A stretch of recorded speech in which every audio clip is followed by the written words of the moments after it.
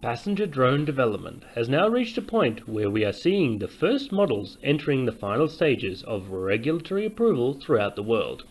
Taking a step back and having a holistic view of the broader aims of such a device, as well as simply gathering the accumulated experience and technology already available, I wanted to come up with a simpler and robust design that could be more easily modified to take advantage of every new technological development.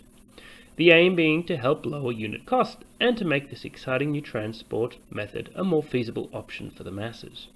The point of this video is primarily to place this idea in the public domain to ensure that no single entity can lay claim to something that is a logical combination of simple features, thus encouraging competition and hopefully lowering costs. The flying wing, or delta wing, has a long and proven record of being an efficient and sturdy frame for efficient horizontal flight. Having the power plants in a simple fixed configuration on such a wing necessitates the encoupling of the passenger model so that it and its passengers remain horizontal during the horizontal flight and vertical landing. The need for a sturdy landing frame and basic control surfaces on the wings, as well as the standard for engine configuration for typical drone flight characteristics, creates a simple symmetry.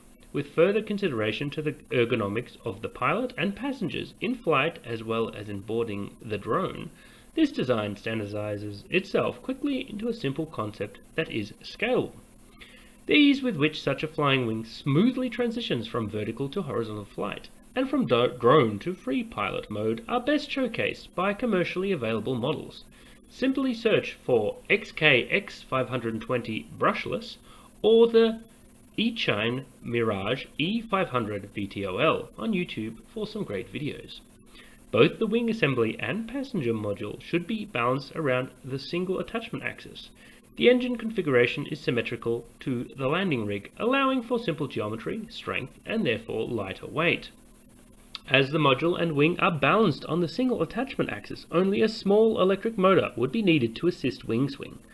To assist the variable speed of the four motors, if required, it should be feasible to incorporate a minimal 5-degree swing left and right, perpendicular to the axis of the wing, for the motors to, together with the wing tilt, assist in final landing maneuvers. As the motors are fixed to the frame on two axes, this is not difficult as the whole motor assembly could be slightly rotated through various mechanical means. Another variable could be to incorporate an undercarriage. This would not only allow for independent taxiing, but also the possibility for standard landing or short takeoffs and landings to conserve fuel that would be otherwise needed for a full vertical takeoff. Wing shape and dimensions, cabin shape and dimensions, and most importantly engine type and power type are easily interchangeable. The viability of simple electric motors has already been demonstrated by the EHung 184. Whose motor assembly and even cabin could be easily utilized in the flying design. Until battery technology has matured fully, there is no reason why a 4 turboprop configuration, possibly ducted to reduce noise, cannot be used to create a practical, cheaper, and efficient system. Even maintenance for such a system is simplified due to the accessibility of the external motors.